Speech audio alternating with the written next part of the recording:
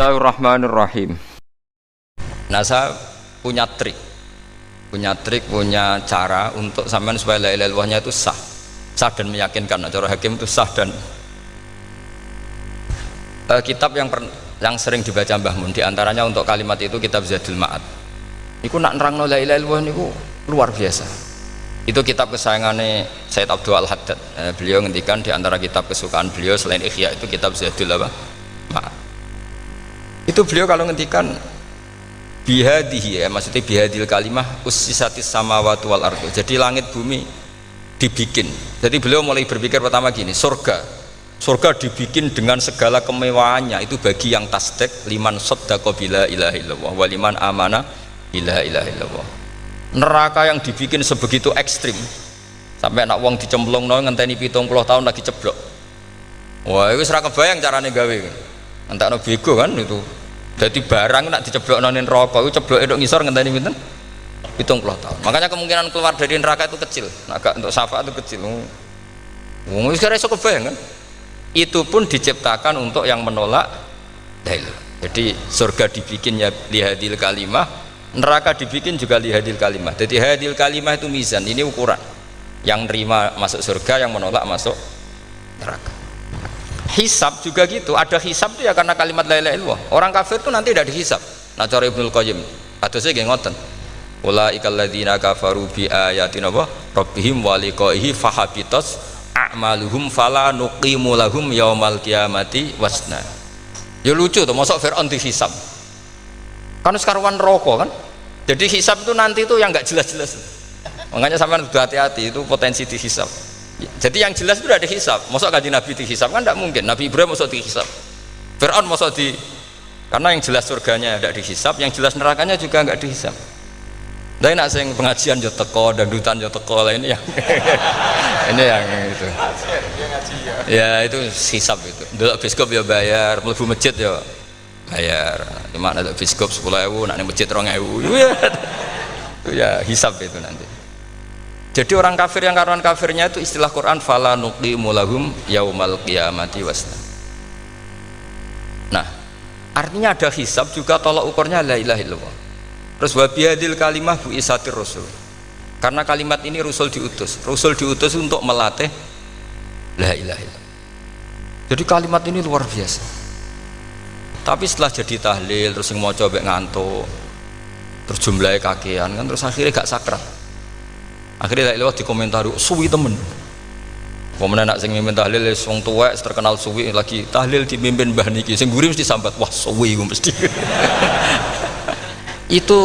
itu kriminal kita, itu kesalahan kita. Kalimat yang harusnya jadi tolok ukur surga neraka itu ukurannya kalimat itu, kemudian kita nganggep kalimat itu sebagai kalimat yang apa problem. Iku aja sampai ya. Makanya kalau suwon sing mimpin tahlil aja suwi-suwi lah.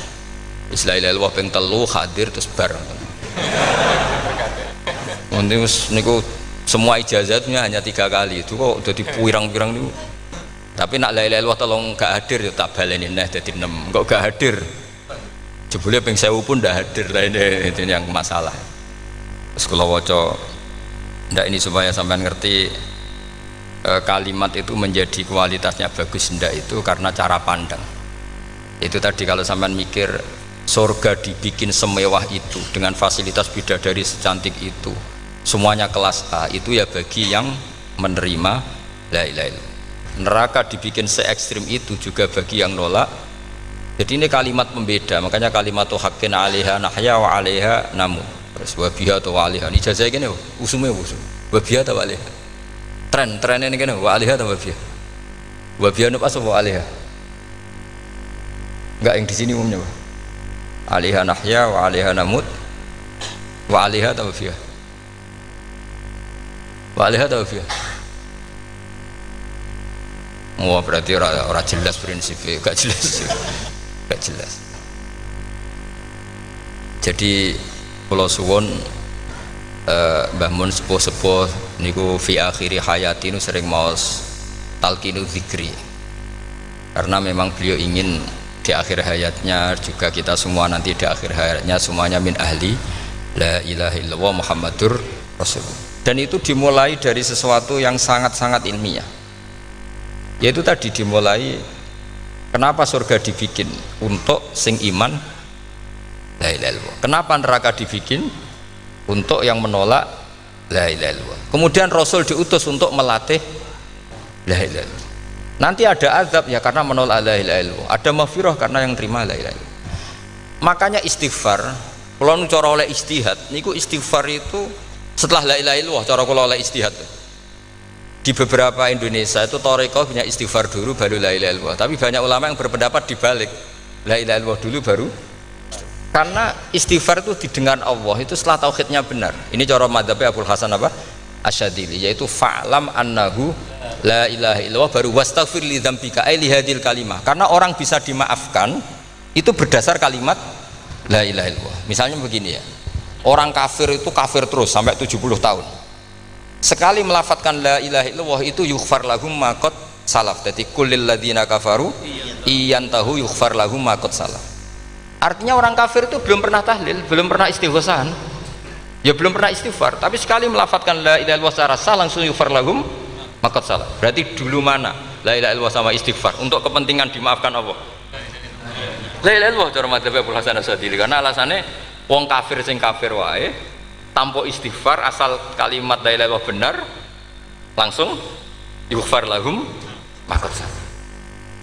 Jadi cara pikirannya Abul Hasan Asyadili itu la ilaha illallah yang benar dan kamu baru istighfar, nanti insya Allah pasti dimaafkan bihaqi la ilaha illallah. Jadi fa'lam annahu la ilaha illallah baru wastaghfir li dzambika ai bihadil kalimah, karena sahnya istighfar setelah kalimat ini sah. Yaitu orang kafir yang kafir berpuluh-puluh tahun itu langsung diberi bonus sama Allah yughfar lahum ma qad salaf. Nah, ukuran iyan tahu pakai apa coba? Hei para wong kafir, nak kowe mendo sangka kekafiran, ukurannya pakai apa? La ilaha illallah. Sekali la ilaha illallah benar langsung yughfar lahum ma qad salaf. Makanya ketika ya Ja'far Shadiq, Sayyid Ja'far Shadiq, beberapa lama arja ayatin fil Quran adalah qulil ladzina kafaru iyantahu yughfar lahum ma qad salaf. Ketika mana kan abet sisa malaikat dia wong kafir 70 tahun Gusti mau celek luah pisan langsung jenengan sepuro, mosok kula imam tahlil boten jenengan sepuro ya tapi masalahnya nak malaikat ya. Tapi kowe golek wajib lah iku semari perkara iku mulai masalah kan bangsa ora ikhlas iku mulai masalah. Nak sing guri malah meneh, tapi kowe ngoco lek luah mbek gremeng mergo kesuwen. Dan nak kesuwen wong gremeng sing dosa sing tahlil apa sing gremeng? Sing tahlil ya melok dosa mergo kesuwen, sing gremeng dosa wong kalimat thayyibah kok digremengi. Nah terusno sing undang ya melok dosa pisan, ribet kan? Ya ora ono fikih ngene ya ora ono. Maksudnya kula cerita daripada rawan dosa ya mendingan la ilaha illallah sing ora gremeng. Carane piye? Sing mimpin ya sing fasih sing cepet. Ngene insyaallah. Oh teng desa kula anggere muni tahlil pengin Gus Bak seneng kabeh, mesti cepet, dijamin mesti cepet. Kalau sering ngomong, aku cepet lah luwih mandi sing suwi. Mergo suwi mari dosa gremeng lho, perkara kok. Nah kiai-kiai kan do sungkan mek kula. Nah teng adat masyarakat kan nggih sampai Gus sampai anak kiai kan sungkan dadi kiai-kiai sing tua-tua akhirnya melok cepet. Dan ini harus dielmoni. Saya ulang lagi ya. Sebetulnya dalam thariqah Syadziliyah itu la ilaha illallah dulu baru istighfar. Alasannya apa? Sikhatul istighfar itu ba'da sikhati la ilaha illallah. Jadi dia bawa ke qulil ladzina kafaru iyantahu yughfar lahum ma qad salaf. Saiki intiha anil kufri, berhenti kekafiran dengan kalimat apa? La ilaha illallah. Itu langsung yughfar lahum ma qad salaf. Dan Allah ngendikan fa'lam annahu la ilaha illallah baru wastaghfir li dzambi ai bihadil kalimah. Artinya gini, bisa saja istighfar kita itu tidak didengar Allah karena tauhid kita tidak pernah benar. Mau ngelafat notok tapi tauhidnya tidak benar. Maka terus dibutuhkan latihan-latihan dari ahlul ilmi, misalnya kayak Imam Sanusi, kayak Imam Asy'ari, itu pelatihan-pelatihan la ilaha illallah dengan pemaknaan yang luar biasa. Misalnya begini, ambil saja la ilaha illallah itu dengan makna seperti ini. Tidak ada sesuatu yang maujud kecuali disebabkan oleh yang super maujud. Alam raya ini, langit bumi ini kadung berstatus maujud. Kan nggak mungkin yang maujud diciptakan yang tiada. Nak ngono hadhil maujudat khalaqaha wajibul wujud. Lah wajibul wujud ini yang bernama Allah Subhanahu wa ta'ala. Maka kualitas Anda iman tuh lebih tinggi. Selama ini kan enggak, orang no pangeran kecuali Allah. Terus Allah itu yang siapa? Ya Allah yang siapa itu harus kamu berani mensifati. Allah belum pernah menceritakan dirinya di Quran kecuali beliau dia mensifati zatnya. Saya adalah sing khalaqas samawati wal arda misalnya. Saya adalah zat yang begini. Karena itu dengan cara itu bisa dikenali. Ya, dengan cara itu bisa dikenali. Makanya Allah itu harus kita kenali, yaitu lewat ma'rifatullah. Ibadah tertinggi adalah ma'rifatullah. Ya caranya ma'rifat tadi dimulai, gak mungkin alam raya ini kemudian diciptakan oleh al-adam, sesuatu yang tidak ada. Pasti yang namanya maujudat diciptakan yang maujud. Karena maujud ini maujud pencipta harus super. Lah super itu bahasa Arabnya wajibul wujud. Karena pencipta harus awal. Gak mungkin Fir'aun itu Tuhan lahirnya di bumi, berarti dulu buminya ketimbang Fir'aunnya. Tuhan-Tuhan yang lain juga begitu, masa dulu buminya ketimbang Tuhannya. Makanya Allah pasti Tuhan betul karena bersifat awal, bersifat qadim. Nah kalau kamu mulai latihan gitu, iman kamu itu bil bayyinah. Dan syaratnya iman yang benar adalah bil bayyinah. Bayyinah itu jelas welo-welo. Makanya semua nabi memaklumatkan diri, qul inni ala bayyinatim mir rabbi. Lam yakunil ladzina kafaru min ahlil kitab wal musyrikin munfakina hatta ta'tiyahumul bayyinah. Jadi kamu harus punya otoritatif kebenaran sing sampai welo-welo itu layak balus syakka wal irtiyab, sudah agak bisa ragu lagi. Nah saya khawatir kalau kita sudah tidak ngaji seperti ini, la ilaha illallah itu mau rutinitas.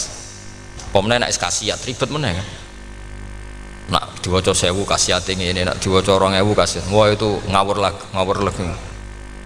Saya itu kemarin ketemu banyak orang pinter lah di Jogja. Itu saya cerita, mereka tanya saya, Gus kenapa engkau jarang berdoa? Saya bilang saya itu sering berdoa, cuma mungkin Anda tidak tahu kata saya. Doa itu syaratnya harus setelah sihatil iman, imannya itu benar. Dulu ketika Gerwani itu kampanye komunis itu gitu, anak-anak kecil disuruh memejamkan mata, ayo kamu minta permen sama Tuhan. Ternyata nggak dapat permen, suruh memejamkan mata lagi, coba minta sama bu guru, terus dikasih apa? Permen. Oh berarti yang ada bu guru bukan Tuhan. Artinya apa? Kalau umat Islam ini Islam ini kamu jual dengan doa, kemudian doa dipakai tolok ukur Islam bener apa enggak, habis kamu. Banyak orang ingin jadi Kapolri, jadi gubernur, jadi apa, ngundang orang-orang kondungo. Wes nyangoni akeh gak mandi, ku mesti dihujat ya. Dan sing donga yang ngerti nek ora mandi, potongan wong seneng duit itu kan insyaallah ora mandi lah kan kira-kira gitu. Jadi korbannya itu Islam kalau terus-menerus doa yang dipakai apa? Transaksi. Maka doa itu nomor 2 atau 3, nomor 1 itu ya iman tadi, ma'rifatullah itu nomor 1. Bukan doa, karena kalau doa dijadikan nomor 1 takutnya itu dipakai ukuran.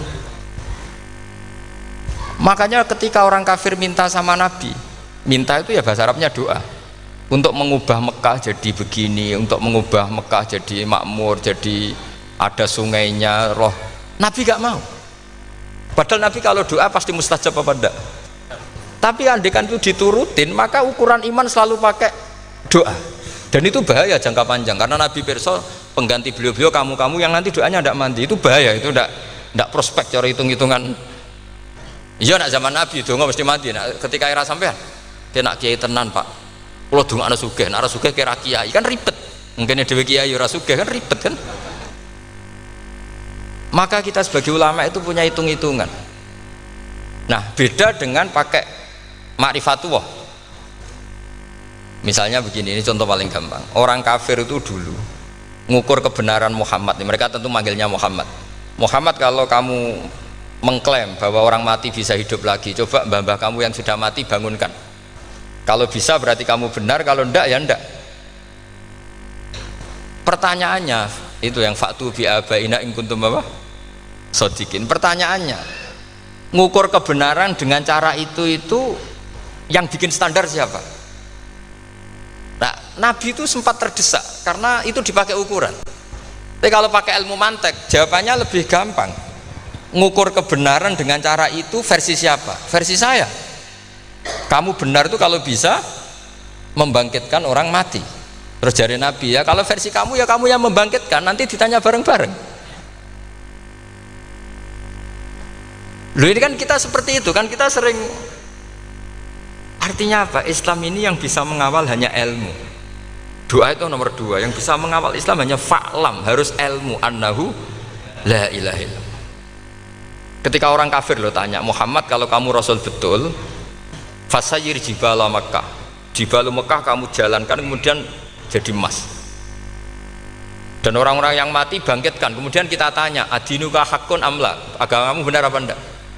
Nabi andikan minta kira-kira dituruti Allah apa enggak? Pasti dituruti.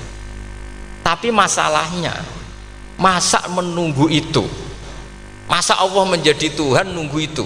Allah selalu Tuhan baik orang percaya atau tidak.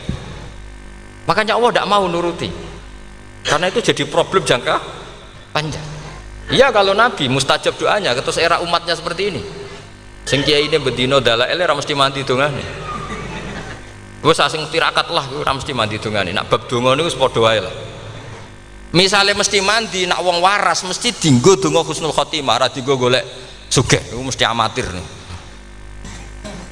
Lah masalahnya nek dinggo husnul khotimah bagi mereka yang kedonyan ya gak ngefek, dianggap tidak prospek. Panjang kan? Makanya itu pinternya Nabi nomor 1 itu al ilmu fa'lam annahu la ilaha illallah lagi wastaghfir li dzambi. Gimana kalau suwon, kenapa ini cerita Mbah Mun, kenapa akhir-akhir beliau sering talqinu zikri, sering melatih zikir, itu sirinya diantaranya bahwa kalimat ini harus menjadi kalimat super, kalimat sing alaiha nahya wa alaiha namut wa alaiha nub'ats atau wabiha nub'ats insyaallah ta'ala minal amin. Ya itu tadi, kita sebagai kiai itu ikut menjaga ini, jangan sampai kalimat ini membosankan. Tahlile suwi barbar segitu ram ana sing nyoal la ilaha illallah Muhammadur Rasulullah lane kurang panjang iki wakaf ta ora terus panjang. Terus kula suwun lah bahwa agama ini dimulai hatta ta'tiyahumul bayyin. Jadi sesuatunya harus benar-benar sampai jelas. Jadi kalau terusaken nggih, terus orientasi para ulama dulu itu cara menerangkan la ilaha illallah itu sampai difahami an bayinatin. Makanya semua nabi memaklumatkan diri kul inni ala bayinatin mir rabbi, sampai di situ. Dan semua cerita-cerita di tafsir Jalalain di apa-apa itu ukuran kebenaran itu lam yakunil ladzina kafaru min ahlil kitab wal musyrikin namun fakina hatta ta'tiyahumul bayinah. Monggo. Maka semua kita itu harus punya kecakapan untuk merangkai dalil. Kalau gak ada pengalaman saking kitab-kitab turos, kitab-kitab dulu, itu ketika beberapa ulama ditanya imanul muqallid, imannya orang yang monggo Pak Fatah teng mriki mawon jejer kula.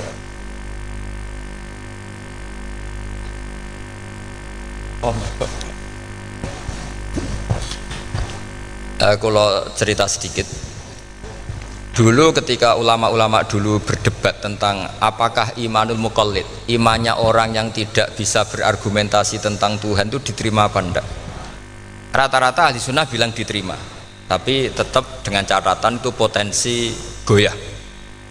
Idzkullu man qallada fit tauhidi imanuhu lam yakhlu min tardidi. Tapi ternyata ulama-ulama itu prakteknya juga mengajari masyarakat supaya ada sedikit dalil atau kepastian logika. Masyhur itu ulama dulu ketika tanya orang-orang Arab, orang-orang desa, ya Arabi, bima arafta rabbak, kamu kok tahu kalau Tuhan itu ada, itu gimana? Jawabannya mereka meyakinkan, al ba'ratu tadullu alal ba'ir wa atharul aqdam yadullu alal masir. Ono tletonge sapi ya mesti ono sapine, ono asarul akdam artinya ono tipake wong liwat ya mesti ono sing liwat, sehingga itu sudah dianggap cukup kalau ada makhluk ya ada khalik. Artinya terus menjadi gampang ketika Allah ngendikan misalnya am khuliqu min ghairi syai'in, mosok hadhil makhluqat sing maujudat kemudian khalaqahal adam, itu kan gak ketemu akal. Maka termasuk kekaguman saya sama kitab Fathul Bari sarahnya Bukhari itu ngendikane wa hadza sing inda ahlil mantak yusama iltidzadzan aqliyan, bahwa agama ini harus ada kenyamanan secara akal. Kalau Nabi membahasakan wajadah halawatal apa? Iman. Iman yang manis itu misalnya kita profesor, kita ilmuwan, kita seorang yang top, yang paling cerdas di dunia. Kemudian kamu secara agama didogma oleh pimpinan agama kamu. Kebetulan pimpinan agama kamu misalnya komunis. Terus diberi ajaran misalnya, hadhil maujudat khalaqahal adam. Yang maujud ini diciptakan ketiadaan. Kan mungkin profesor lah mesti stres. Piye? Wong Adam kok ciri utama ketiadaan ya layu asiru saya tidak ngefek. Bandingkan dengan misalnya kita goblok lah, petani lah, wong paling goblok lah misalnya diajari bumi ki ana mbah wonten, terus sing gawe bumi ana ya ana, wong barangnya ana kok sing gawe ra ana.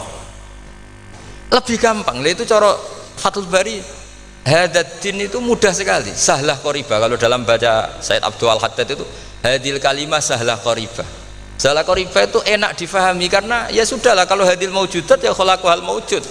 Berhubung maujud ini maujud khaliq ya wajibul wujud, kira-kira maujud super lah atau kausa prima atau apa.